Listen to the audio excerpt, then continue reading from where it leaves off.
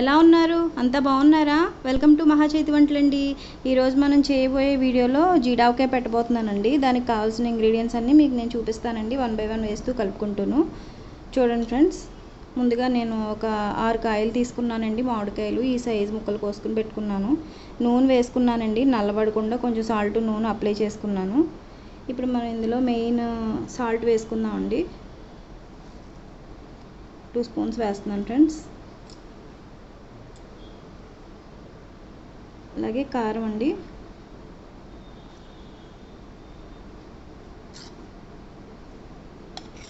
ఒక 4 స్పూన్స్ వేసానండి.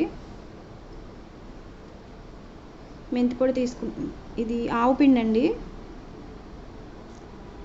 1.5 వేసుకుంటున్నాను ఫ్రెండ్స్. మెంతి పిండి ఒక 1/2 స్పూన్ వేసుకుంటున్నానండి. అలాగే వెల్లుల్లిపాయలు తక్కువ వలిచి పెట్టుకున్నాను ఫ్రెండ్స్, 2 అవి వేసేసుకుంటున్నాను. ఇప్పుడు మనం ఇవి ఒకసారి కలుపుకుందామండి.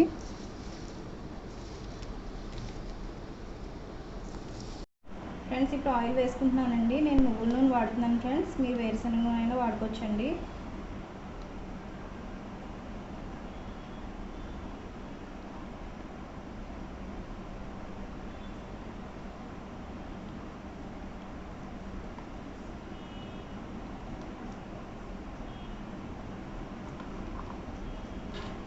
ఒకసారి కలుపుకుందామండి.